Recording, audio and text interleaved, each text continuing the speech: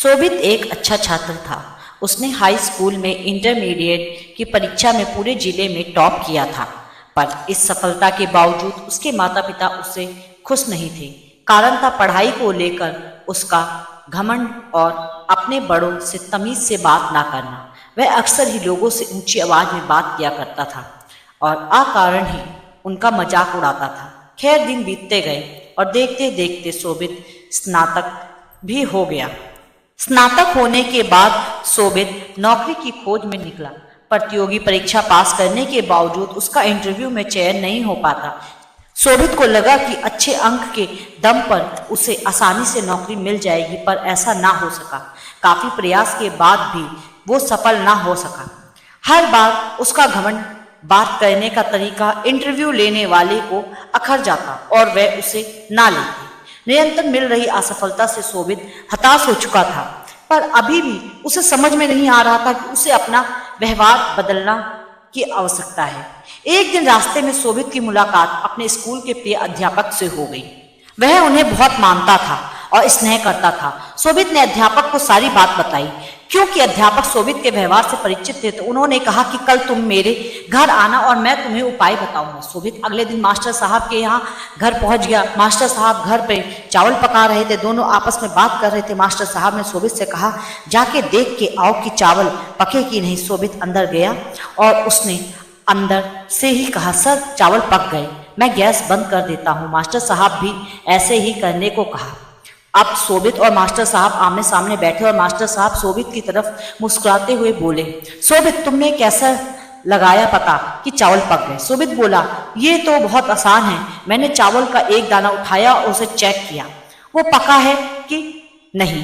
वो पक चुका था। तो मतलब पक चुका? मास्टर जी गंभीर होते हुए बोले, यही तुम्हारे असफलता होने के कारण है। शोभित उत्सुकतावश मास्टर साहब की ओर देखने लगा। मास्टर साहब समझाते हुए बोले कि एक चावल के दाने से पूरे चावल का हाल बयां कर दिया। सिर्फ एक चावल का दाना काफी है ये बताने के लिए कि अन्य चावल पके या नहीं पके।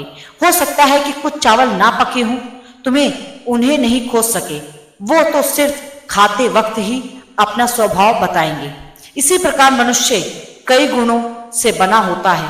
पढ़ाई लिखाई में अच्छा होना उन्हीं गुणों में से एक है, पर इसके अलावा अच्छा व्यवहार, बड़ों के प्रति सम्मान, छोटों के प्रति प्रेम, सकारात्मक दृष्टिकोण, ये भी मनुष्य के आवश्यक गुण हैं और सिर्फ पढ़ाई लिखाई में अच्छा होने से कहीं ज्यादा जरूरी है। तुम अपना एक गुण तो पक्का कर लिया, पर बाकी की तरफ ध्यान ही नहीं दिया। इसलिए जब कोई इंटरव्यू या तुम्हारा इंटरव्यू लेता है तो तुम उसे कहीं से पके और कहीं से कच्चे लगते हो। और अध्यापक चावलों की तरह ही कोई इस तरीके के कैंडिडेट्स भी पसंद नहीं करता। शोभित को अपनी गलती का एहसास हो चुका था। वो अब मास्टर जी के यहाँ से नई एनर्जी लेके जा रहा था। तो दोस्तों, हमारे जीवन में भी कोई ना कोई बुराई होती है जो हो सकता है कि हमें खुद नजर ना आती हो, पर सामने वाला बुराई तुरंत भाप लेता है। अतः हमें निरंतर यह प्रयास करना चाहिए कि हमारे गुणों से बना चावल का एक एक दाना अच्छी तरीके से पका हो, ताकि कोई हमें कहीं से चखे उसे अंदर पका हुआ दाना ही मिले। एक शाम को ऑफिस से घर लौटा तो पत्नी ने कहा कि आज तुम्हारे बचपन के दोस्त आए थे। उन्होंने 10,000 रुपए की तुरंत आवश्यकता थी। मैंने तुम्हारी अलमारी से रुपए निकाल कर उन्हें दे दिए। कहीं लिखना है तो लिख लेना। इस बात को सुनकर उसका चेहरा हतप्रत हो गया, आंखें गीली हो गई, वो अनमाना सा हो गया। पत्नी ने, अरे क्या बात हो गई, मैंने कुछ गलत कर दिया क्या? उसने सामने तुमसे फोन पर पूछने पर उन्हें अच्छा नहीं लगता। तुम सोचोगे कि इतना सारा धन मैंने तुमसे पूछे बिना कैसे दे दिया, पर मैं तो यही जानती थी कि वह तुम्हारा बचपन का दोस्त है। तुम दोनों अच्छे दोस्त हो, इसलिए मैंने ये हिम्मत कर ली। कोई गलती हो तो माफ कर देना। मुझे दुख इस बात का नहीं है कि तुमने मेरे दोस्त को रुपए दे दिए। तुमने बिल्कुल सही काम किया, तुमने अपना कर्तव्य निभाया, मुझे इसकी खुशी है। मुझे दुख इस बात का है कि मेरा दोस्त तंगी में है और मैं कैसे समझ नहीं पाया। उसे 10,000 रुपए की आवश्यकता आन पड़ी। इतने समय में मैंने उसका हाल चाल भी नहीं पूछा। मैंने कभी यह भी नहीं सोचा कि वह मुश्किल में होगा। मैं भी कितना स्वार्थी हूँ कि अपने दोस्त की मजबूरी नहीं समझ पाया। जिस दोस्ती के में लेने देने का गणित होता है वह केवल नाम की दोस्ती होती है, उसमें अपनत्व नहीं होता। हमने किसी का एक काम किया तो सामने वाला भी हमारा काम करेगा, ऐसी अपेक्षा रखना ये दोस्ती नहीं है। दोस्ती को दिल के दरवाजे की खामोश घंटी है, साइलेंट बेल है, जो बजे या ना बजे हमें भीतर से इसकी आवाज सुन लेनी चाहिए। यही होती है सच्ची दोस्ती। एक पिता अपनी 4 वर्षीय बेटी मिनी से बहुत प्रेम करता था। ऑफिस से लौटते वक्त वह रोज उसके लिए तरह तरह के खिलौने और खाने पीने की चीज लाता था। बेटी भी अपने पिता से बहुत लगाव रखती थी और हमेशा से अपनी तोतली आवाज से पापा पापा कह के पुकारा करती थी। दिन अच्छे बीत रहे थे। अचानक एक दिन मिनी को तेज बुखार हुआ। सभी घबरा गए। वह दौड़ कर डॉक्टर के पास गए, पर वहां ले जाते जाते मिनी की मृत्यु हो गई। परिवार पे तो मानो पहाड़ ही टूट गया। पिता की हालत तो मृत व्यक्ति के समान हो गई। मिनी के जाने के हफ्ते बाद भी वह भी किसी से बोलते ना बात करते, बस रोते ही रहते। यहाँ तक कि उन्होंने ऑफिस जाना भी छोड़ दिया, घर से निकलना भी बंद कर दिया। आस पड़ोस के लोग और नाते रिश्तेदारों ने उन्हें समझाने की कोशिश की, पर वो किसी की ना सुनते। उनके मुख से बस एक ही शब्द निकलता, मिनी। एक दिन ऐसे ही मिनी के बारे में सोचते सोचते आंख लग गई। उन्हें एक स्वप्न आया। उन्होंने देखा कि स्वर्ग में सैकड़ों बच्चियां परी बनकर घूम रही हैं, सभी सफेद पोशाक पहने हुए हाथ में मोमबत्ती ले चल रही हैं। तभी उन्हें मिनी भी दिखाई दी। उसे देखते ही पिता बोले, मिनी मेरी प्यारी बच्ची, सभी परियों की मोमबत्ती जल रही हैं, पर तुम्हारी बुझी क्यों है? तुम इसे जला क्यों नहीं लेती?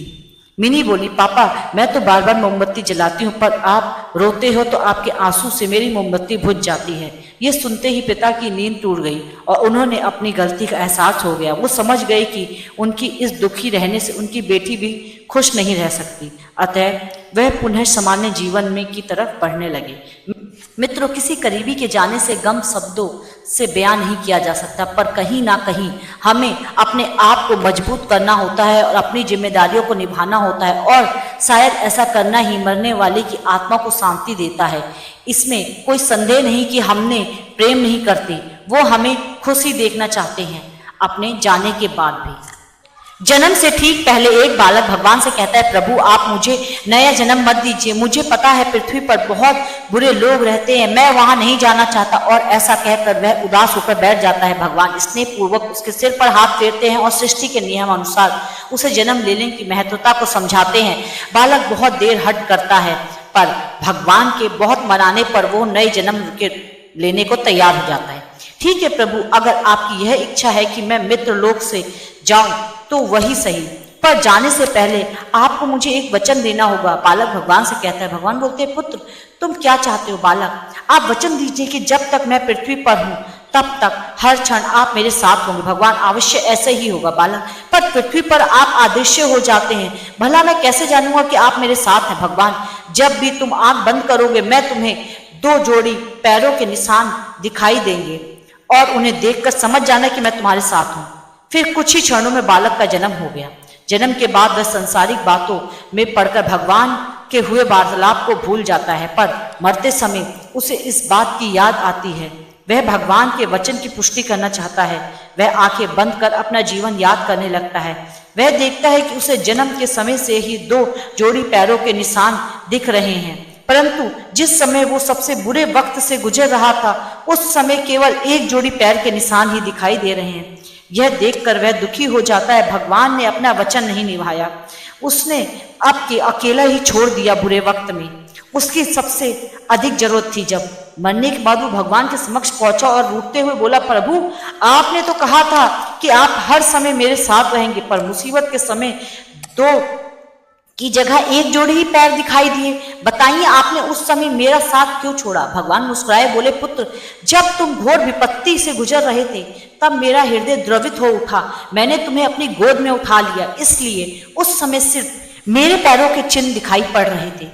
दोस्तों, बहुत बार हमारे जीवन में बुरा वक्त आता है। कई बार लगता है कि हमारे साथ बहुत बुरा होने वाला है, पर जब बाद में हम पीछे मुड़कर देखते हैं तो पाते हैं कि हमने जितना सोचा था उतना बुरा नहीं हुआ, क्योंकि शायद यही वो समय होता है जब ईश्वर हम पर सबसे ज्यादा कृपा करता है। अनजाने में हम सोचते हैं कि वो हमारा साथ नहीं दे रहा, पर हकीकत में वो हमें अपनी गोद में उठाए हुए होता है।